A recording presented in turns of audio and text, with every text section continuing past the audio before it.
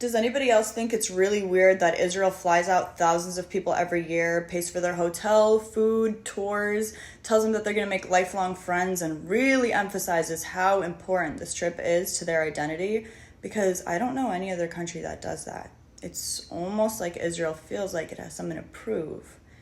And it kind of sounds like propaganda to me. Yeah, that's because it actually is propaganda. Welcome back to day 2 of Boycott Birthright, our series following a birthright trip that recently left Chicago and exposing their propaganda day by day. So I actually want to show you the agenda for today from the Taglit Birthright website itself. And as you can see here, it says, "Welcome home," a perfect example of how Israel has to manufacture literally everything. So actually, when you're a settler colonial state, built into the structure of your country is the fact that the people who live there aren't from there. They're settlers, and that's how they colonize that land. So unless this message is directed at the Palestinians who are indigenous to that land, then this is just another desperate attempt by Israel to manufacture an identity that simply does not exist. And when you consider the fact that Palestinians are inherently left out of birthright trips, these two seemingly simple words, welcome home, actually reveal the most sinister thing about Israel, and it's that Israeli identity hinges upon the erasure of Palestinians, and Israel will pay as much as they need to in order to manufacture that identity. Israel bars Palestinians from returning to the land that's been taken from them since 1948.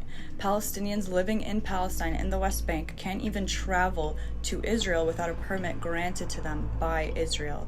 Yet people coming from all across the globe on these birthright trips are welcomed with open arms, told it's their home. And I think it's worth us questioning, why does Israel see it as worth it to invest so much money on these birthright trips? What is the purpose?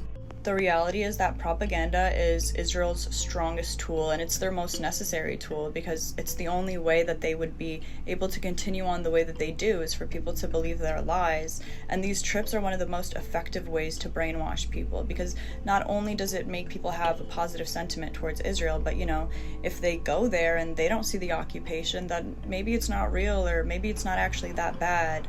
And these are the kinds of thoughts that they want people to think after they go on birthright. They deliberately don't show them the West Bank and how they force Palestinians to live.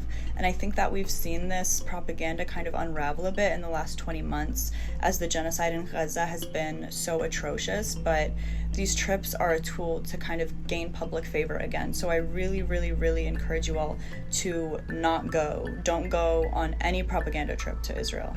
Instead, go to Palestine, go to the West Bank, see how Palestinians live under Israeli occupation. I know that that's something like Zionists might have yelled at you at a protest sarcastically, but you can actually go to Palestine, and I have a really good opportunity for you to do so by volunteering with the Tent of Nations. If you go to codepink.org/Tent of Nations Farm, you'll see all the information. You'll have a great time in Palestine, I promise you, and I'll see you tomorrow for day 3 of our series.